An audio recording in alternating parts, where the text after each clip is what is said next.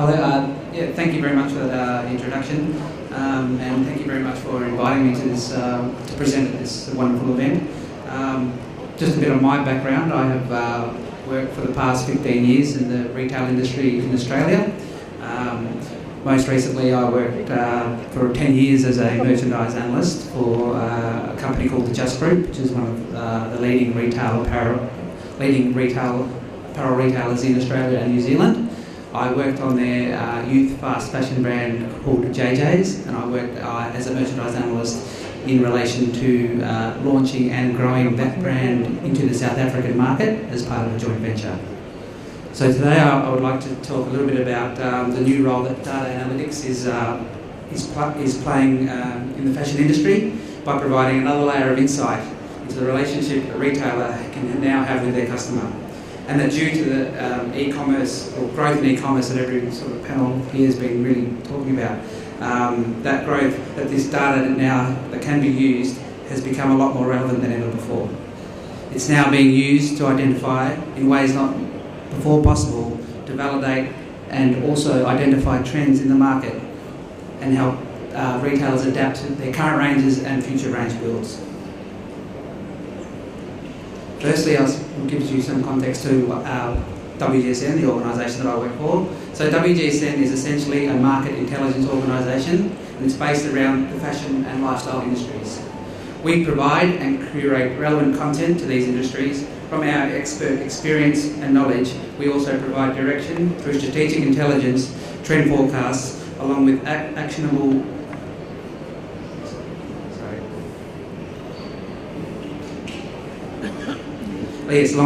insights to help our partner businesses grow. We assist merchants like you better plan and manage your ranges to your customers, and most of us in retail would agree that's one of the biggest challenges in retail. We have worked for the past 17 years with every Fortune 500 retailer. As you can see, we cover all these areas of expertise, from design, production, manufacturing, all the way through to business strategies.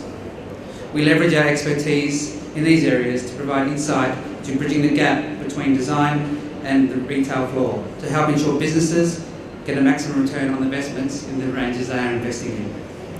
How do we do this? Well, we validate and confirm design and product decisions through our understanding of how trends evolve and what influences them.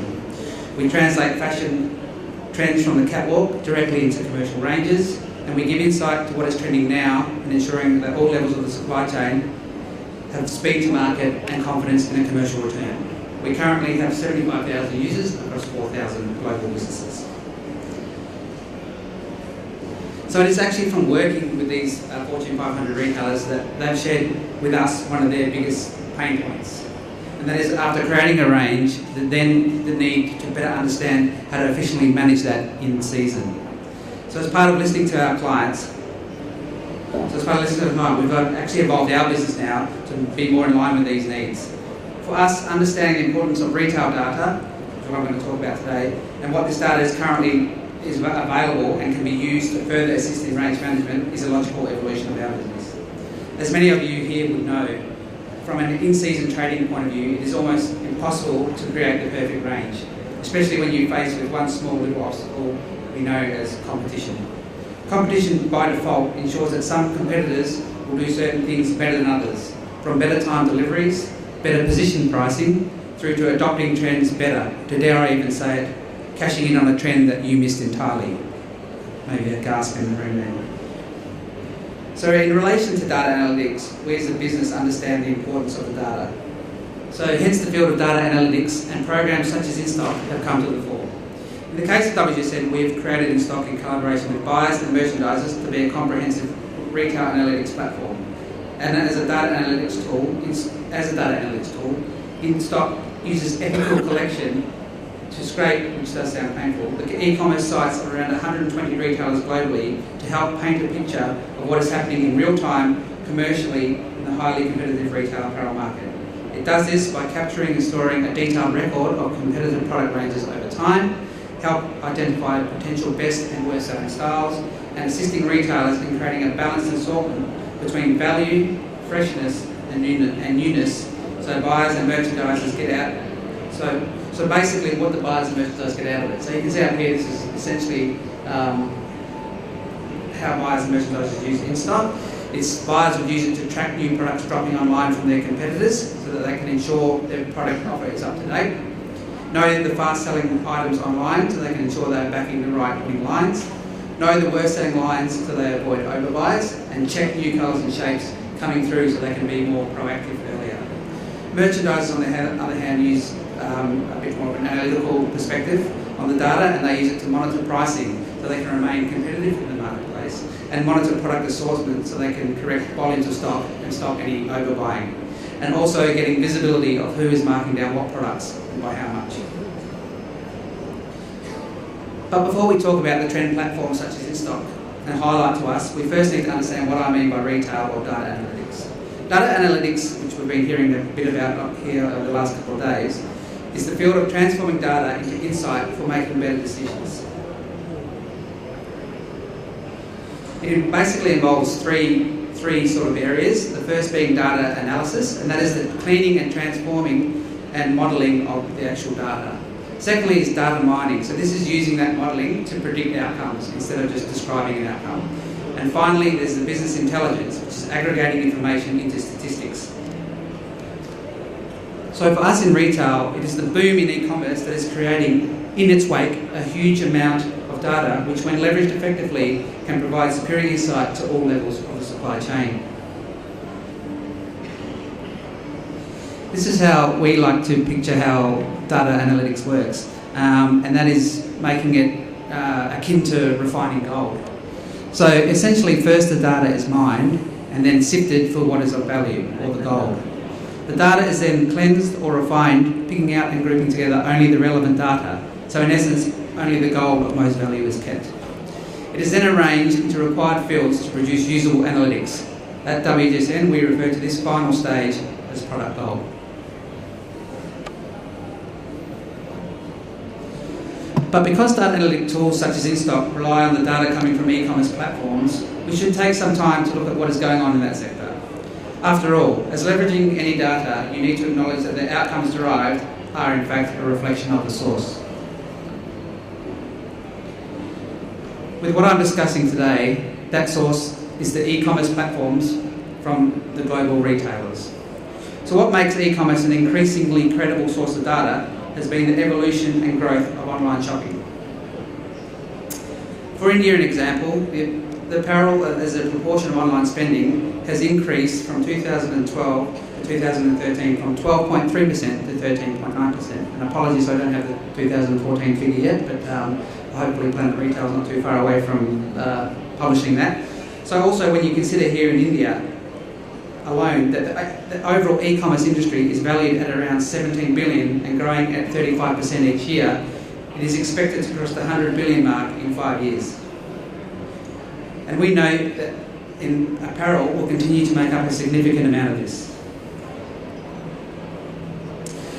But it's also important to understand what types of apparel customers sourcing online. This is from a global survey, but the slide is showing us what percentage of customers are likely to look to buy apparel when it's online. As you can see, people are very comfortable in looking for core and essential items online, then followed by high street fashion items online, and they then look, 25% of people are comfortable looking for high-end designer fashions, and then the specialty items such as wedding dresses.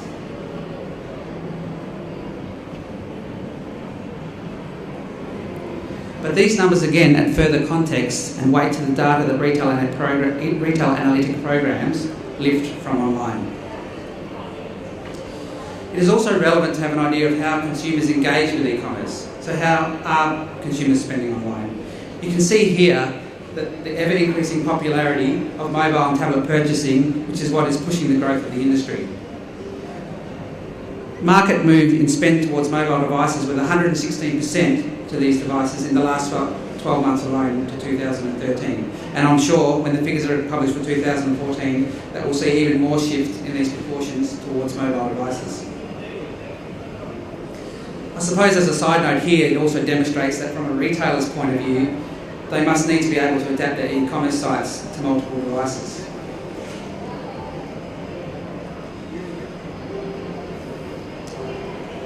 But even with the move to mobile devices, the computer is still very relevant in the e-commerce sphere, especially here in India.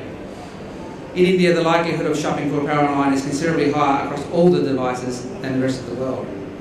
Again, highlighting the importance for the need of e-commerce platforms to seamlessly transition across any device. So again, hopefully you can sort of see where this story is going. But a huge part of the growth of this technology and the way in which consumers engage with this information and brands has helped shape what the profile of a 2015 consumer looks like. You can see many of these characteristics can be directly linked back to technology and its relationship to e-commerce. For me, the standout examples are always connected and requires immediacy. Both directly correlate to better technology and better online interfaces. By putting these characteristics under an even further magnifying glass, we see that it is the next generation, the millennial generation, that is driving the future consumer. And so just to quote one of the Forbes contributors here, by the next decade, the millennial generation, roughly ages 18 to 34, is expected to displace the baby boomers as the nation's biggest consumer buying group, generating a projected 1.4 trillion spending by 2020.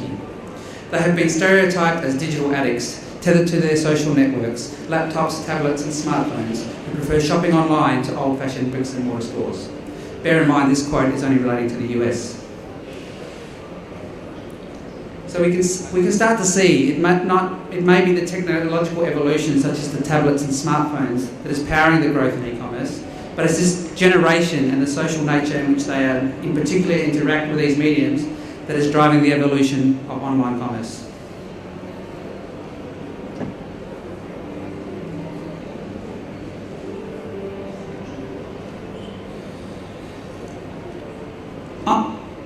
As part of that, e-retailers are continuing to find ways to adapt to the millennial market. For example, in 2014, H&M ran a TV commercial during the Super Bowl for David Beckham's body wear range, where at the time the commercial aired, owners of a Samsung Smart TV were given a purchase option.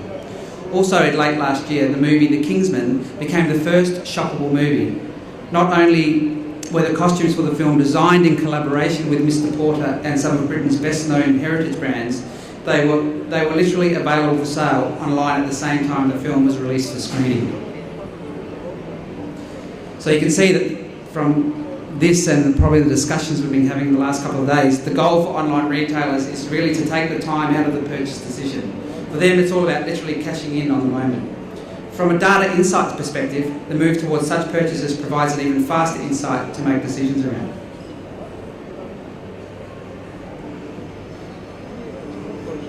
So now we have an idea of what's happening as well as the driving elements in e-commerce space. It gives us a better understanding of the quality of data that is available for retail analytics software. After all, if we go back to the gold analogy, the result is only going to be good as what is being dug up. But this in turn is then influenced by the wider market, retail and apparel.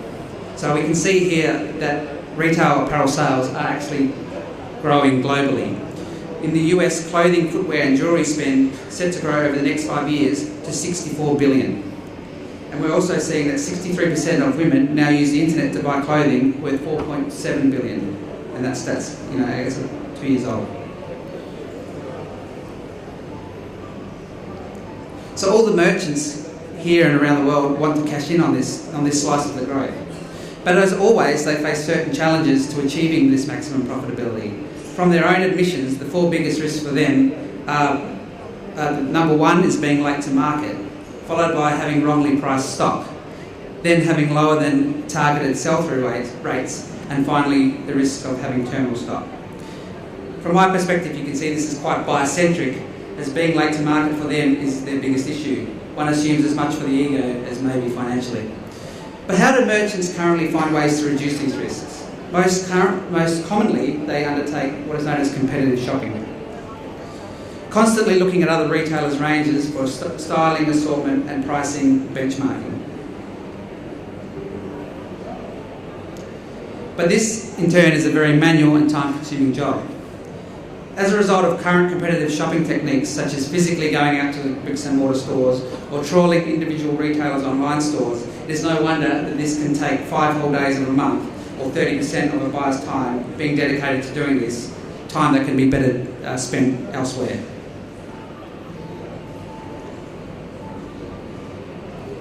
So after even spending that amount of time, we found that from our surveys, the majority of buyers are not satisfied still that they are seeing the full picture.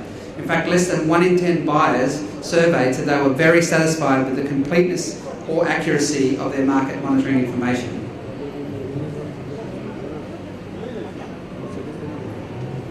So as a result, you can see from this slide that 3 in 4 buyers surveyed did not always feel confident in making decisions about product and price. Buyers surveyed agreed that they make decisions largely on instinct as opposed to facts and evidence. And finally, 1 in 5 buyers surveyed agreed that in their job, making a key decision can feel like you're placing a bet. I personally think this betting analogy is a really good one. I can just picture a roulette wheel with, instead of numbers on it, has pictures of the season styles where merchants blindly place bets on their favourites. So compounding this is we're actually seeing a move towards shorter product life cycles, shorter planning cycles, seasonal blurring and faster fashion. So relating these back to the gambling analogy, it is essentially pushing the odds out against each style that little bit more. So what does this mean? We have the rise of data analytics, the growth of e-commerce and the growth of the overall market, yet there is still this sense of gambling and losing control. On one hand, we can see the quantitative information around the growth of e-commerce and the better ways retailers are getting their consumers to engage through e-commerce, and at the same time, the apparel sector as a whole is experiencing strong growth. But on the other hand, this is actually compounding the worry for buyers and planners in relation to getting their ranges right and the need to react in the quickest and most confident way possible. This provides no better segue to look at the relevance and power that data analytic tools such as InStock provide. Essentially, WGSN InStock understands that keeping an eye on the market is a full-time job, and in the ever-changing way that consumers shop, it's now even more important to be ahead of your competitors. So WGS InStock has essentially 3 features. Comp Shopper, which is a fully searchable by retailer, brand, price, date and colour, pattern and product category. So the platform tracks new products, fast-selling products, as well as slow-selling lines. We're currently tracking 4 million products, in excess of 40 million product SKUs, and 39 product categories. 381 subcategories within that, and 120 retailers globally, plus 12,000 brands.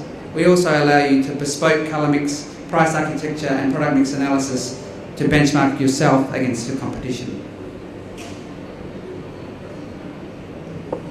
So I can now take you through some examples of how we at WGSN have used the tool to validate trends. First off, let me frame these examples, especially for women's wear, that there's definitely a form line to what we are seeing in relation to current trends. They are a lot about looks inspired from the 70s.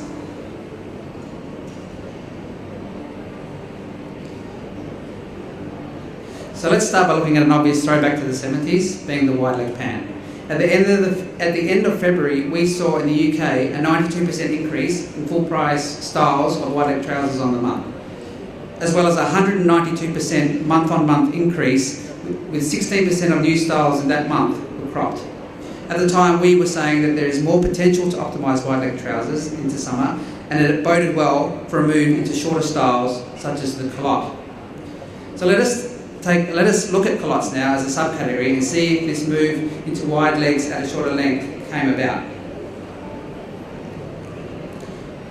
So in terms of the culotte, we're actually seeing continued investment at the designer level for the autumn-winter 15-16 catwalks. And currently the culotte in the UK holds 11.25% of the short product mix. Retailers have dropped quite a few new styles since February. You can see here just the number at the bottom of the little colour wheel chart there. So since Feb, ASOS have dropped 17 culottes, John Lewis 8, Net-a-Porter 7, New Look 7 and Topshop 12. You can also probably tell by these colour wheels, so these are a representation of the colour of the actual culotte in these retailers. So you can actually see here that they're backing sort of the core colours are maybe a transitional safety first approach, with black making up 40% of the mix, and blue around 18%. From this information, one would expect to see a shift to more colours, though as retailers become more confident with the shading.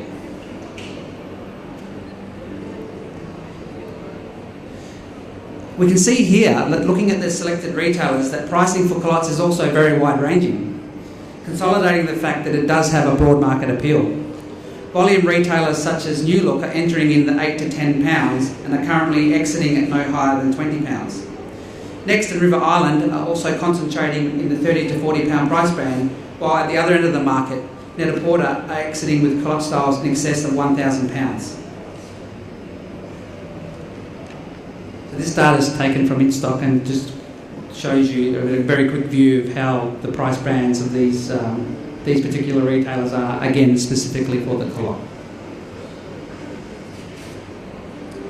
And here some of the pictures are giving you a sense of what this pricing structure looks like visually. River Island and Next and Topshop are using prints to drive the shape into their markets, whilst the Givenchy style stock by Net-a-Porter is working with luxurious fabrics, silk and satin, and a beautiful vintage and very much on-trend floral print.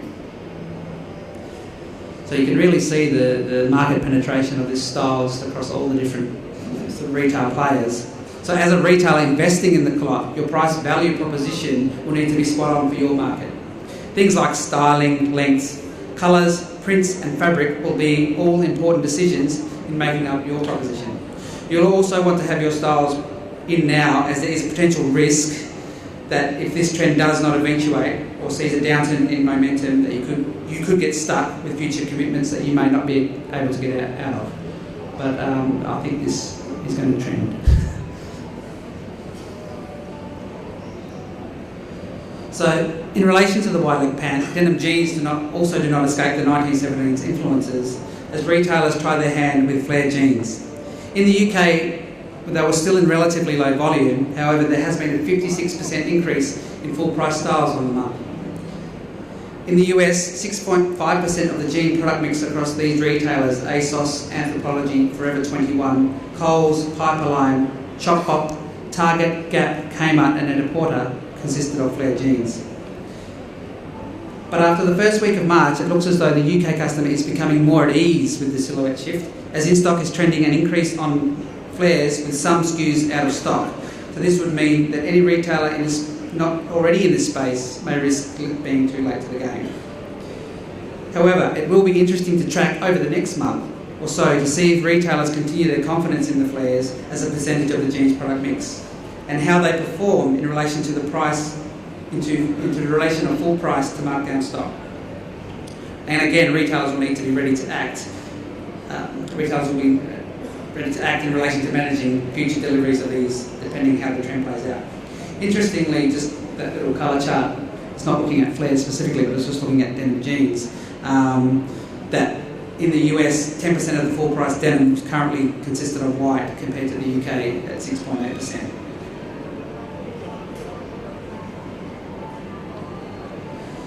Cleverly though, retailers are also pushing their denim mix through less traditional denim categories as well as on-trend fashion styles. Denim product has been an obvious push for spring deliveries, with a 92% increase in new styles since January. Retailers are clearly investing in this versatile category as it shifts from core to fashion status. Jeans continue to drive the category sales, but the real growth opportunity lies within further investment of non-jean items.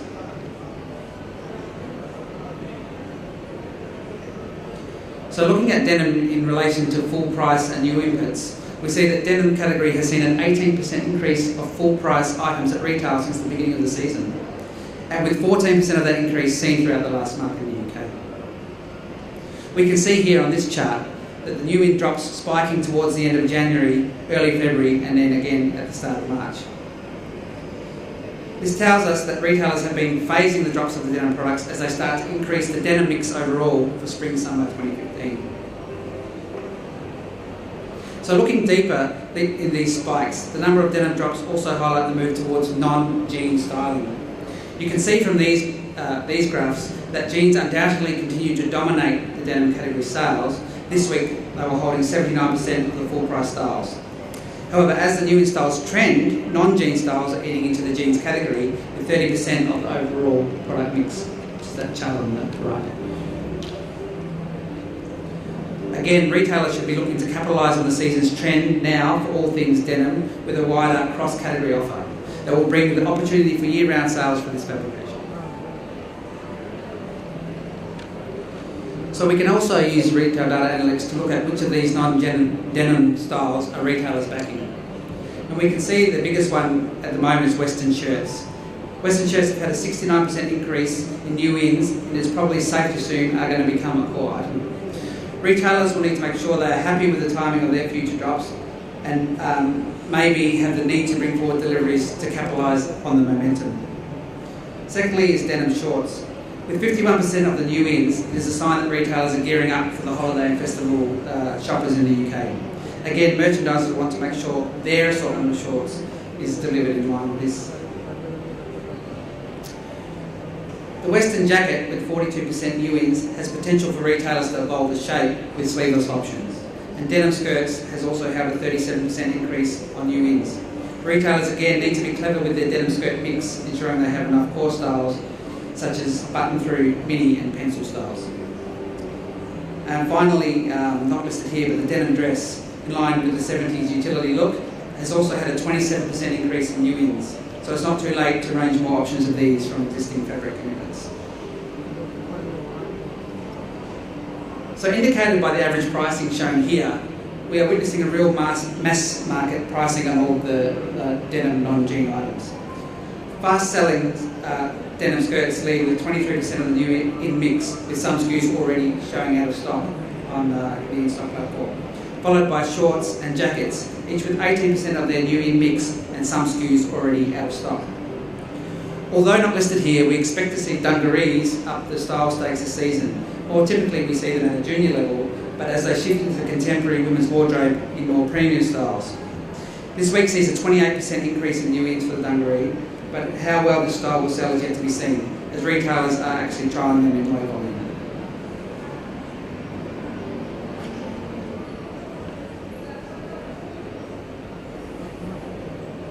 I think as we're discussing the 70s trend, it's only appropriate to look at one of the book's most complementary fabrics, suede. A fabric very much at home in the 70s. Looking at dresses, coats, jackets and skirts, we see suede drops have increased by 34% on the week. Dresses between week 10 and week 11, week 10 they were 17% and week 11 20%. Jackets were 63% and then 41% in week 11. Coats didn't have any but then had a 15% of the product mix for suede coats in week 11. And skirts were 20% and then 24% in week 11. So dresses, coats and skirts product mixes have had the increase in suede styles, with coats perhaps eating into the jackets category. The data shows there has been a 138% increase in full price suede items within these categories month on month. Jackets may be the most sellable item, but retailers are also trying new items now that the consumer is becoming more familiar with the trend, with the increases in the suede, trench and skirt and dress. Another trend is towards the maxi dress. On the catwalks again for autumn-winter 2015-16, we saw a 27% increase on these catwalks compared to last year for the maxi dress, providing this style is set to have continued presence. But what's going on at retail? At retail, we've seen also a 137% increase in full-price styles since the start of the year.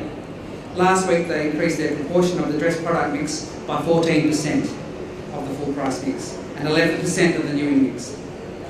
We are expecting this increase to continue with high summer drops in lighter fabrics and more printed patterns.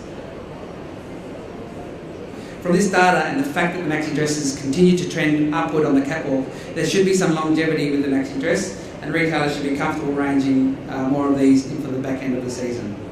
Plus, this is another great style for ranging in on-trend prints, colours and patterns.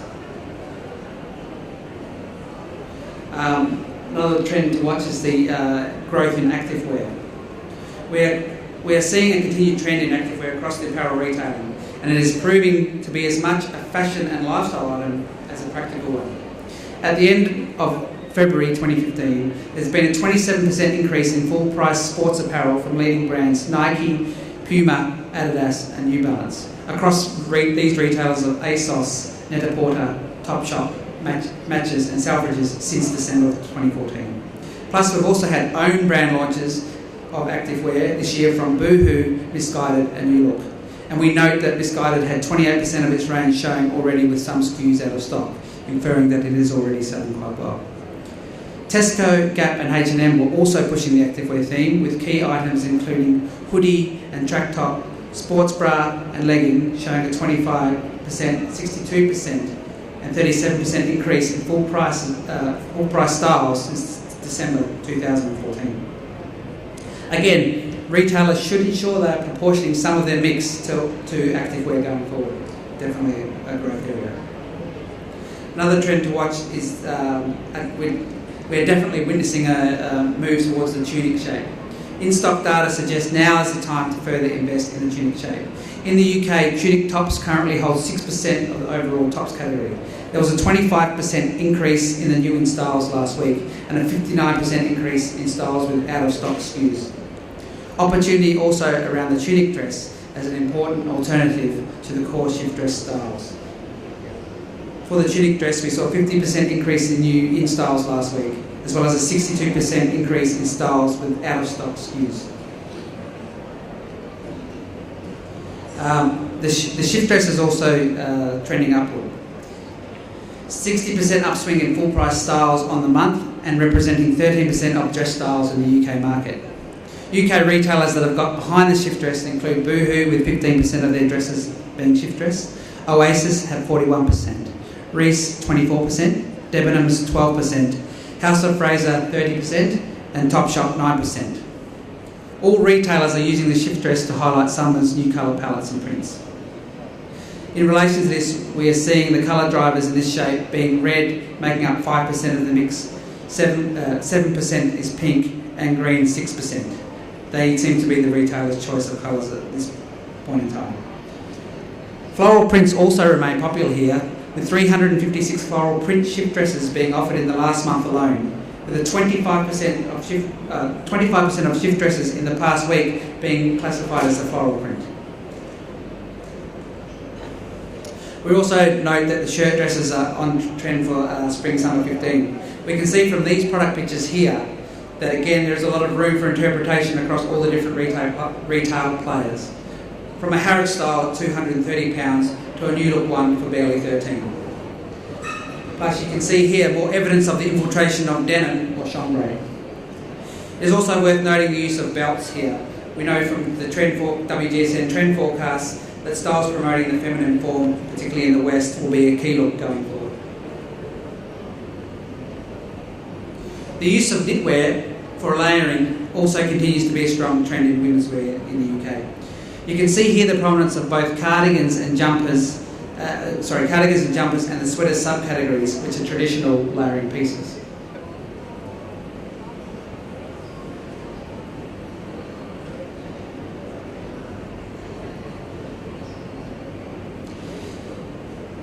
But this trend is not only in boutique retailers, we also see it in the department stores. We can see with the fashion-forward retailers such as Net-a-Porter the bigger presence here of chunky and fine gauge knitwear as well. So layering pieces continue to be a go-to area for retailers, and as a result should be looked at for ways to capitalise on these items.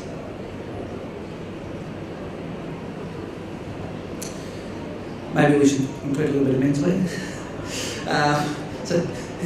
So taking a look at some menswear products in the UK again, firstly with padded jackets.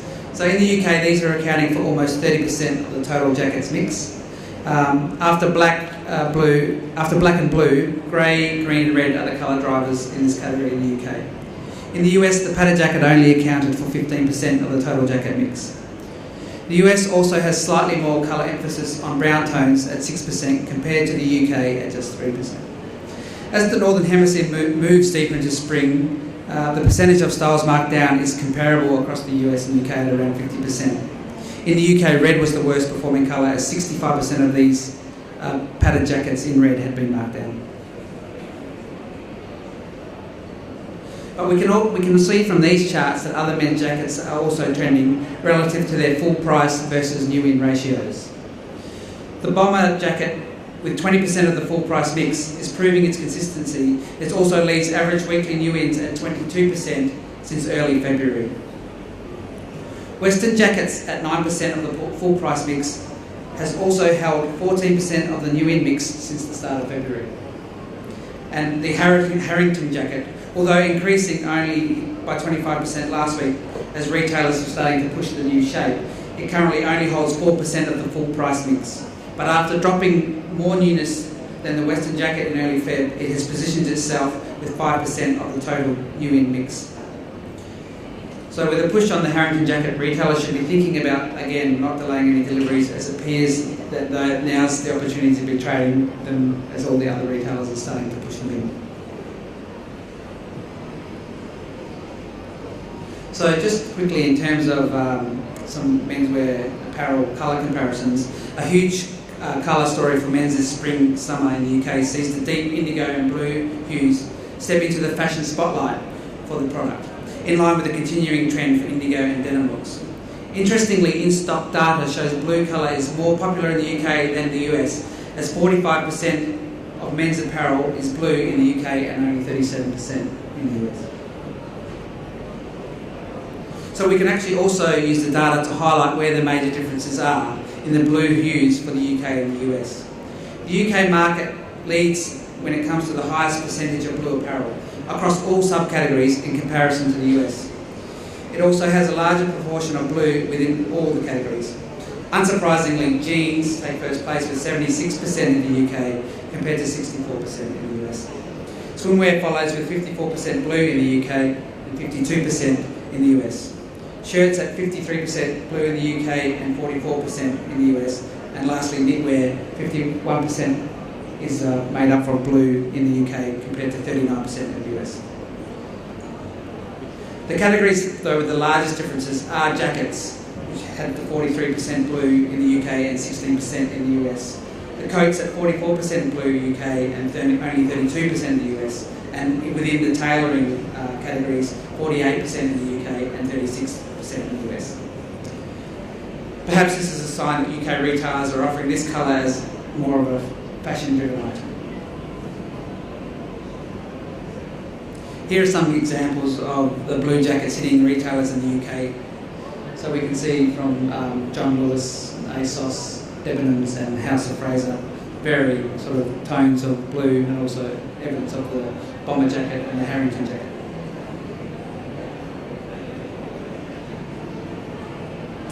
Accessories, we can't forget about accessories.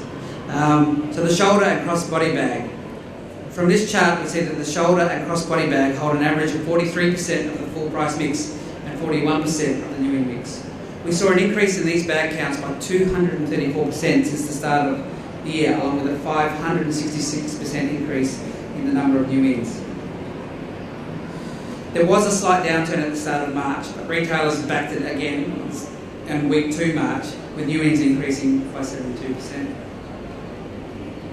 As these have been a trend style for the last few seasons, retailers will need to be wary of updating it. We may see it move into more of a saddlebag shape, or may simply move into smaller styles, as miniature styles are also trending. These shoulder crossbody bags can also translate easily into smaller options. Then again, just 2 examples of the crossbody bags at the high end and the fast fashion end of the market. Again, just seeing there's further proof of how all these trends that I've been talking about transcend across the entire retail space.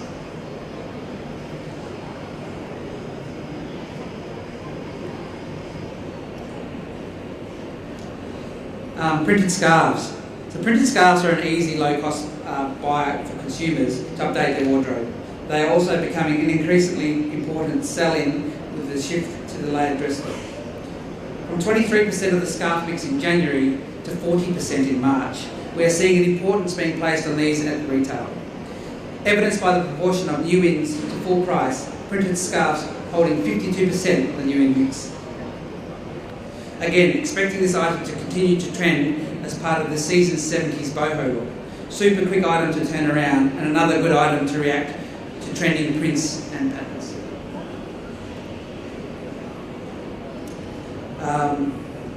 Not a lot of movement, as we've seen, in terms of massive changes to shoes, but in terms of just the data side, we've definitely seen that flat shoes are trending. Flats are continuing to drive the shoe category as a favoured fashion style, and they're continuing to trend with spring drops in both full price and new in styles. Loafers, Oxfords and monk shoes continue to endorse this movement as styles we can expect to carry through. After a sharp increase in the new in styles delivered at the end of February, boosting the full price mix, retailers have allowed styles to establish themselves before again dropping more flat styles last week, with an increase of 44% of the new styles on order. Flat shoes have also increased the proportion of the full price mix by 26% and by 15% of the new in mix since January. The disproportion between the full price and new in mix shows the importance retailers are giving to this trending item.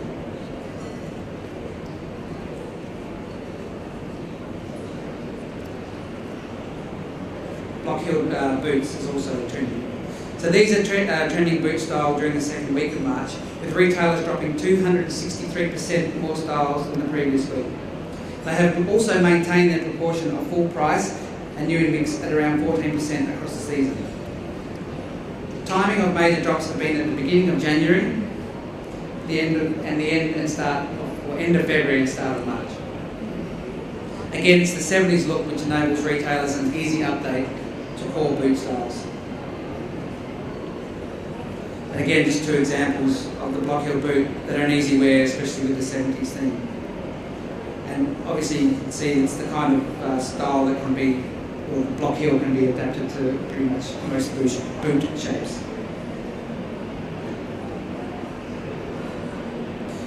In relation to colour in ladies' footwear, we have noticed a shift in the colour palette in women's shoes as we move closer to summer for these retailers. ASOS, H&M, House of Fraser, Marks & Spencer, Net-a-Porter, New Look, Next, River Island and Zalando. From the 5th of Jan to the 5th of March, we can see on which of these colours the shift has occurred. You can see the graph is displaying the item counts, but as a percentage, white moved from 5% to 9%, neutral from 8% to 10%, and metallic from 4% to 6%. Just having a look at pulling data to have a big picture view for colour across the UK and the US, just looking at apparel, we see a relatively consistent mix of colours across the two regions. The US currently has more full-priced apparel classified as multicolour than the UK, implying that potentially they have more print patterns than the UK. This could be relating to the seasonal shift being quicker in the US than the UK. The UK is also indicated as having a bias towards pink tones compared to that of the US. Interestingly, even though I had pointed out earlier when we were looking at the flare style and the denim jeans, that the US had more white denim for women than the UK, the actual overall full price apparel colour mix for white is pretty much 50-50 for the UK and the US. Again, just sort of a big picture view of the colours across the UK and US. We can see that this, when we're looking at it in relation to full price and markdown mix, that white is performing across both regions for men and women. It is 9% of the full price mix and only 6.5% of the markdown mix. As to be expected, it is working better for women's apparel, where it's 9% of the full price mix but only 5.5% of the markdown mix. Also for women's, the US are favouring more neutral colours, with 8.4% at full price and 7.2% of the markdown mix being classified as neutral. Whereas the ratio for full price and markdown products for neutral in the UK is about the same at 8.4%.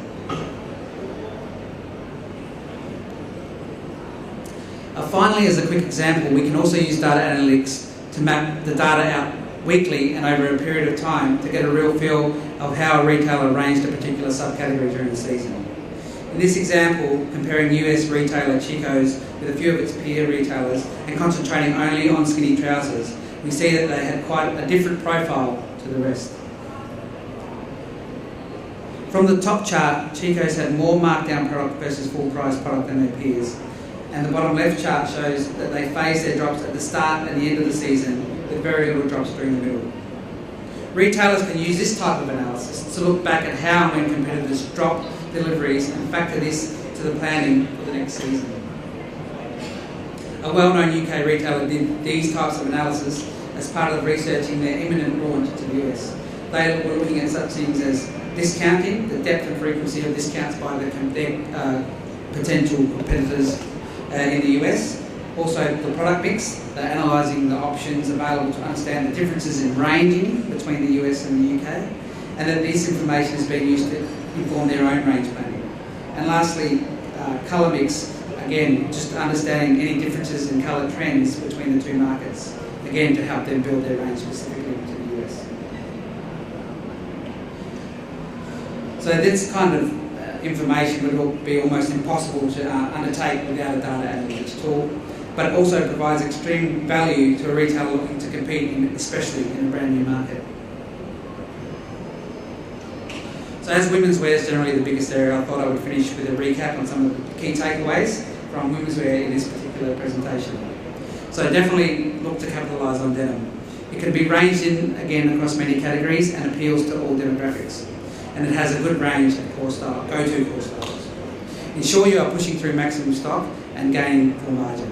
Look to test newer trending items such as the dungaree if it's appropriate to your market. Culottes and flares. Again, with the less traditional and non-core shapes like these, is it important to get the price-value propositions for them. Testing your market will be good, at the same time you don't want to be too late. Pay close attention to your direct and indirect competitors to see if there's any shift in styling or pricing. Printed scarves, definitely use these to stay on trend as the driver of the prints, and they are a low cost, low risk. Active wear tunics, shirt, shift and maxi dresses are all growth areas for retailers. Tunics and these other dress shapes also good vehicles again for trending prints and colours. And with relation to footwear, the flat shoes and block heels, again both appear to be safe bets if you're looking to fill some product mix in the shoe area. So thank you very much for your time, and I trust I've given some insights into what a powerful tool data analytics can be. For me personally, I'm excited that we're now moving into a world of data analytics and hard facts as opposed to gut instincts and betting analogies that we were talking about earlier. And that these will also help to drive more precise decisions with less objectivity, less risk, and a faster and more profitable for your business. Thank you. If there's any questions, I'm happy to take them offline. If you have any questions, you can put your questions forward, please. Thanks for a brilliant presentation. Thanks. And brought home exactly why we need to have trend analysis. But I guess you've noticed this, that in our market in India, and where I come from, Dubai, there are no trends. And it's really sad because, as you said, trends drive retail. But you don't see that in our markets. And we see different shapes, we see homegrown trends, but we don't see a clear focus, especially for the design industry or the innovative design industry. How do we go about in such markets where there are no trends available for a modest market, which is a 360 billion current market, and 6 billion only for fashion and design? And I'm not sure about the India figures, but I don't know how we work in a market like that. We provide strategy to a lot of young designers, and we have a big shift coming that we have to trend, not just trending. How do you differentiate, and how can we work in such markets? I think that's a really good question. I think from your market's perspective, you're probably looking at more actually in the trend forecast area and really trying to look at that and trying to adapt that to your market as opposed to the kind of real-time stuff. But in relation to that, we're actually about to, in relation to InStock, we're going to add a couple of Indian retailers, and we're actually going to have ethnic wear as a category and subcategory. So I think when that comes on, it'll be really interesting for me to see actually we can start picking up those trends, and especially if we've got our taxonomy right in terms of how we've categorised it all. If we actually do start to see trends, then obviously that would help you, because I'm sure the trends, they're there. They're probably just very hard to spot. So yeah, I think especially in terms of prints and patterns, you'll really get to see colours. Yeah. But yeah, it's a difficult situation for you. I suppose it's a little bit clutching at straws, so to speak. But I think we're getting better. And again, it's all about the information, and the more information we have, and that drives the analytics, and then hopefully the output of the analytics is giving you the answers. If you would like to put forward any other question. There. So you spoke about fast selling and reverse selling products. So I just wanted to understand how do you arrive at that? Specifically, what are the sources of data, and what sort of inputs do you take at when arriving at that? That's again a very good question. So obviously the way the in-stock platform works is only scraping the e-commerce sites of all the retailers.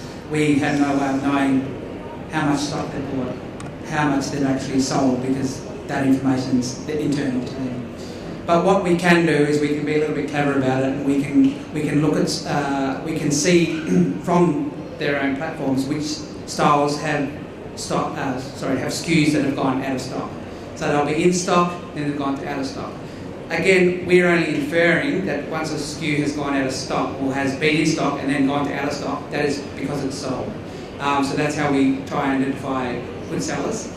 In terms of worse sellers, I suppose that's more, again, trending the timing, how long something's been on the site before it goes to a markdown, and sort of really watching that. As if something's hit on an e-commerce platform 1 week ago and then it's been marked down by 50%, then again, it's inferred that it's not working.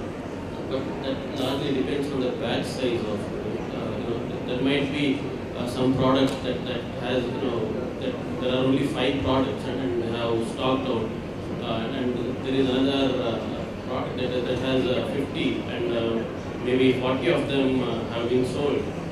Again, very, very good question. But that is exactly the same situation you have when you do competitive shopping, going into a physical store.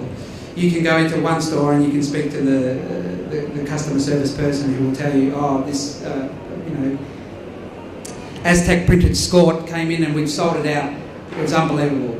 But that might be the only store that's done that. But then you've taken that information back and embedded it into your own thinking. So I think there is that degree of subjectivity, but we're hoping, because we're looking at so much information and presenting it all in one place, that you can sort of deduct a bit easier the subjectivity of it. I have a question. My question is related to how do you get all this data which you analyze? Do you have an arrangement with all the retailers that enable you to? Do you have a business model with them that enables them to share that data with you, that makes it available for the global market? How do you do this? Okay, again, another good question, and it gets a very bit technological for me, but I'll give you my interpretation of it. So basically, all retailers' e-commerce platforms it's in the public forum. So we use what I call robots. They go in and scrape the e-commerce sites and get all that information, so the styles, the pricing, if it's out of stock, all that kind of stuff. And we do use ethical collection, so when we go in and scrape those sites, again, to put it in layman's terms, we do have an identifier saying this is WGSN. So we're not trying to do anything sort of clandestine or anything like that. But yes, the information is publicly available, so it's publicly available. So all the information that you put together here for the trends are all based on publicly available information from all the e-commerce sites. That's correct. So it's just, and then it's getting that data and making interpretations and assumptions by those sort of mathematical and statistical shifts. You can make those deductions. But you also got sales data, right? Sales trends and stuff like that, numbers. How do you get that kind of number? That's not public data. No, we don't have actual sales data, but we can actually say that a certain percentage of the new styles that are new in have a certain percentage of out of stock. Again, just inferring that it's selling. We don't definitely have access to those figures. It's all about interpretation. So, yeah. I have one question related to the trends. So basically, I also work in retail analytics, and I was just looking into the graphs, and what you are analyzing is on a month-by-month basis is what I see. Now, the problem with the Indian society is we have like festivals every month, and typically during festivals, what we like to do is we like to shop. So, is there something in your solution or in your tool which basically tells you that okay, this is probably just a demand based on the holiday season and not the actual demand for the product? I don't know if I'm making myself clear. Basically, what I want to ask is you can see peaks in your demand depending on holiday seasons or festive seasons, because in India people typically like to shop. So is there any way in which you can actually figure out the natural demand for your product and not the demand typically based on these seasons? I think in answer to your question, it's all about your interpretation and your understanding of the market and how the dates of the data that you're looking at, how that fits in relative to that. Like how I mentioned in there, we saw there was an increase in denim shorts and denim skirts. But yes, we do also expect that increase because in the UK it's going to be the festival and holiday season. So again, this is presenting the data and it's presenting it in a way that hopefully gives you some direction, but it's not giving you an answer. It's giving you insight and it's giving you information to start thinking, how does this relate to what my business and how does it relate to what I should be thinking of? So say for example in the UK, you were a retailer and you were looking at that information, you didn't have all your denim skirts and shorts coming in, you're going, well, why have we not factored in the festival season? Why have we not done that? So, but in relation to matching it back or having dates or key areas in there, we don't actually have them at the moment. It could be on the future roadmap, but at this stage it's to do with interpreting it based on your own needs.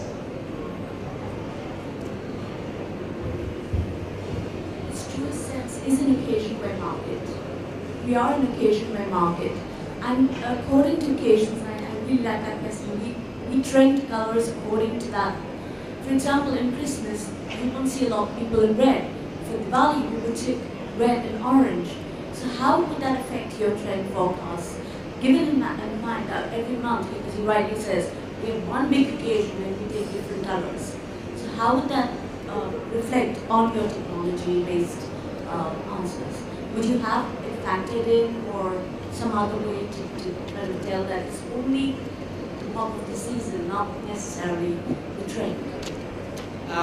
Again, it's only presenting the data as it is. I think that would be more looking back at it as a historical view and seeing what colours happened. I mean, that sort of stuff is happening in real time, so whether you can look at it and see how everyone's adapted it for those times of year that you're talking about, and have you adapted them the same way, and how can you make any adjustments? Again, business specific, but yeah, I think that's something more historical, because the thing is with this, it's the data that's happening now. So, and obviously we talk about fast fashion, and some retailers are more adept at being able to react to certain things. So it all relates again back to your business, but yeah, I think you were definitely looking back at the data, you would see what had happened, but maybe that's too late. I had the wonderful opportunity of using WGSN during the last year as a student at Marangori. It was a very fascinating tool, and we did see how trends really fall up on the runway. As a businesswoman from India, how can I get access to the membership? Because as a corporate individual, it is much easier because they can probably afford the membership fee. But as a startup businesswoman, or relatively not as established as the corporates, how would I have any benefits out of it? Well, definitely the benefits are the same benefits as I agree. Benefits of using the trend forecast and the analysis is there. But we have a very diverse business platform here. I may not be up to that level in my finances where I can actually afford your fees.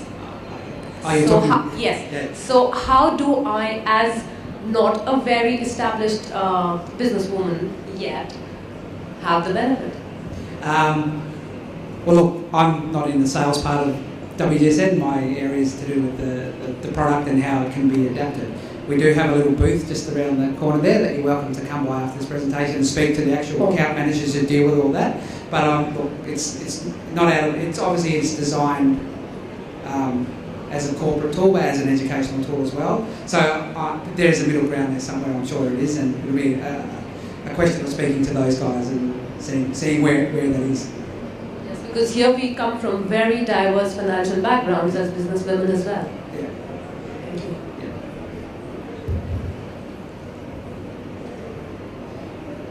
Obviously, during your presentation, you've been mentioning a lot US, UK, important markets, but do you have any analysis on any Asian countries?